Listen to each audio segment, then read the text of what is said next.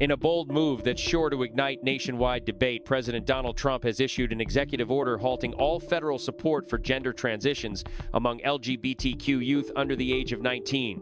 This sweeping directive mandates that the federal government cease any involvement in funding, sponsoring, promoting, assisting, or supporting gender-affirming care for minors. The order specifically targets medical interventions such as puberty blockers, cross-sex hormone therapy, and gender-affirming surgeries. The Department of Health and Human Services, HHS, has been tasked with taking all appropriate actions to halt gender-affirming care under Medicare, Medicaid, and the Affordable Care Act. Within 90 days, HHS is required to publish a comprehensive review of best practices for promoting the health of youth experiencing gender dysphoria and other identity-based confusion. Furthermore, the order directs federal agencies to discontinue their reliance on guidance from the World Professional Association for Transgender Health, WPATH, accusing the organization of promoting junk science. Countless children soon regret that they have been mutilated and begin to grasp the horrifying tragedy that they will never be able to conceive children of their own or nurture their children through breastfeeding, the order states. Moreover, these vulnerable youth's medical bills may rise throughout their lifetimes, as they are often trapped with lifelong medical complications, a losing war with their own bodies, and tragically, sterilization. This directive encompasses a range of treatments and procedures for young individuals diagnosed with gender dysphoria condition, describing the distress felt by those whose biological sex does not align with their gender identity. The targeted interventions include puberty blockers, cross-sex hormone therapy, and surgical procedures. The medical treatment of transgender youth has long been a contentious and politically charged issue in the United States. Advocates for greater inclusion of LGBTQ youth often clash with those expressing concern that minors lack the maturity to make decisions about potentially life-altering procedures. In recent years, the number of young people diagnosed with gender dysphoria in the U.S. has surged several-fold. However, only a relatively small minority have undergone medical interventions. An analysis by Reuters and health technology company Komodo Health found that 282 minors with a prior diagnosis of gender dysphoria underwent mastectomies in 2021.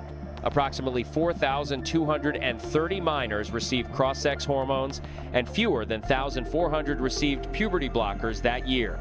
At least 26 U.S. states have enacted laws or policies limiting minors' access to gender-affirming care. A Gallup poll last year revealed that 61% of Americans opposed laws banning psychological support, hormonal treatments, and medical surgeries for minors, while 36% were in favor. GLAAD, one of the nation's leading LGBTQ rights organizations, condemned Trump's order, describing its rhetoric as appallingly inaccurate, incoherent, and extreme. Healthcare for transgender people is supported by every major medical association, GLAAD stated. The Trump administration's unhinged obsession with attacking transgender people and their health care does not reflect medical fact and does not represent the reality of trans people, youth, and their freedom to be themselves and make their own health care decisions without being discriminated against and lied about. Kelly Robinson, president of the Human Rights Campaign, described the order as a brazen attempt to put politicians in between people and their doctors, preventing them from accessing evidence-based health care supported by every major medical association in the country.